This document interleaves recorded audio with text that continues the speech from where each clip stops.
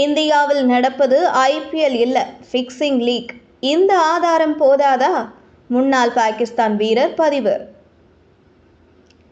வணக்கம் செய்தி புனல் நேயர்களே. ஐபிஎல் 2025 கிரிக்கெட் தொடர் இந்தியாவில் கடந்த மார்ச் 22 முதல் கோலாகலமாக துவங்கி நடைபெற்று வருகிறது.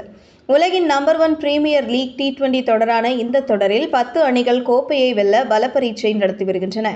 அதில் பெரும்பாலான போட்டிகள் விறுவிறுப்பாக அமைந்து ரசிகர்களுக்கு விருந்து படைத்து வருகிறது.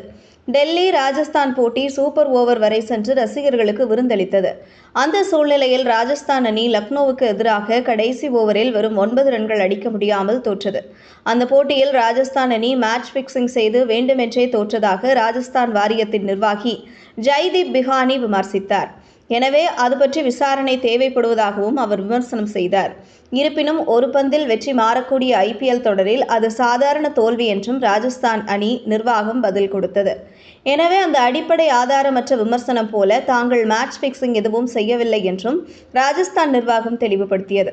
அதேபோல ஐபிஎல் தொடரில் இப்போதெல்லாம் பிக்சிங் என்ற பேச்சுக்கே இடமில்லை என்றும் ஐபிஎல் நிர்வாகம் தெளிவுபடுத்தியது. இந்த நிலையில் இந்தியாவில் நடப்பது ஐபிஎல் அல்ல, பிக்சிங் லீக் என்று முன்னாள் பாகிஸ்தான் வீரர் டன்வீர் அகமது பகிரங்கமாக பதிவிட்டுள்ளார். ராஜஸ்தான் அணி பிக்சிங் செய்ததாக எழுந்த குற்றச்சாட்டு அதற்கு போதுமான ஆதாரமாக இருப்பதாகவும் அவர் கூறியுள்ளார். இது பற்றி ட்விட்டர் பக்கத்தில் அவர் பதிவிட்டுள்ளது பின்வருமாறு: எங்களுடைய ஐபிஎல் உலகிலேயே மிகவும் பெரிய லீக் தொடர் என்று பிசிசிஐ சொல்கிறது. ஆம், அது பெரியதுதான். ஆனால் அந்த தொடரில் மிகப்பெரிய பிக்சிங் நடந்து கொண்டிருக்கிறது. அந்த தொடரில் விளையாடும் பெரும்பாலான அணிகள் பிக்சர்கள் என்று பதிவிட்டுள்ளார்.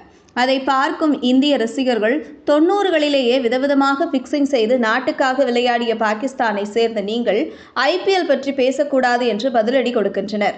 மேலும் ஐபிஎல் தொடரில் உரிமையாளர்கள் சூதாட்டத்தில் ஈடுபட்டதற்கே 2016, 2017 சீசன்களில் சென்னை மற்றும் ராஜஸ்தான் அணிகள் அதிரடியாக தடை செய்யப்பட்டது.